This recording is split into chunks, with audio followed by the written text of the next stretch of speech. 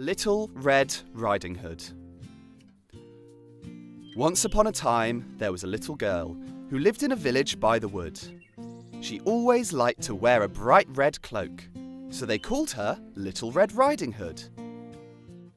One day, Little Red Riding Hood wished to bring her grandmother a pie.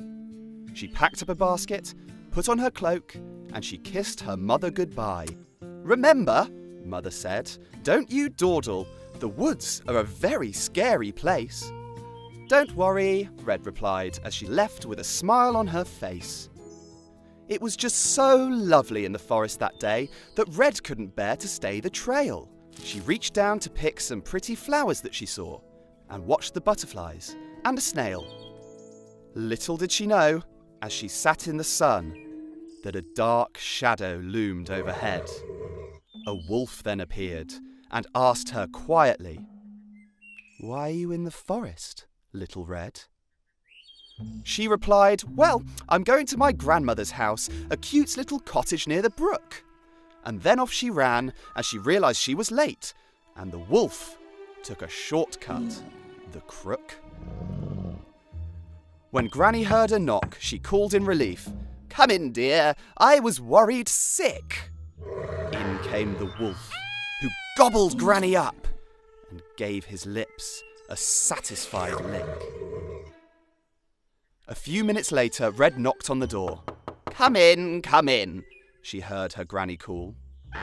When she walked inside, Granny looked quite strange. Very hairy, ugly, and tall. "Granny," she cried out, "what big ears you have!" "The better to hear you with," Granny replied. "But, Granny, what big eyes you have!" "The better to see you with," the Granny lied. "Granny, what big teeth you have!" Red Riding Hood cried this out in fear. The wolf gave a smile, wearing Granny's clothes. "Well, the better to eat you with, my dear." The wolf leapt out of bed and opened his mouth. Red Riding Hood, she ran away and howled, "Help me! Help me! There's a wolf after me!" The wolf, chasing her hungrily, growled. A friendly young woodsman heard her cry out as he was in the forest chopping wood. "Don't worry," he cried. "I'll help you, Little Red." And he ran to her as fast as he could. He squeezed the wolf so tight she spat the Granny out, and she landed, slightly frazzled, on the floor. The woodsman took the wolf and with a giant kick booted the nasty wolf right out the door. "I was so scared that he would eat me up," said Red to her Granny, who replied, "I know, little one, but now you've learnt your lesson. Listen to your mother. Don't dawdle in the woods, and certainly don't talk to any strangers.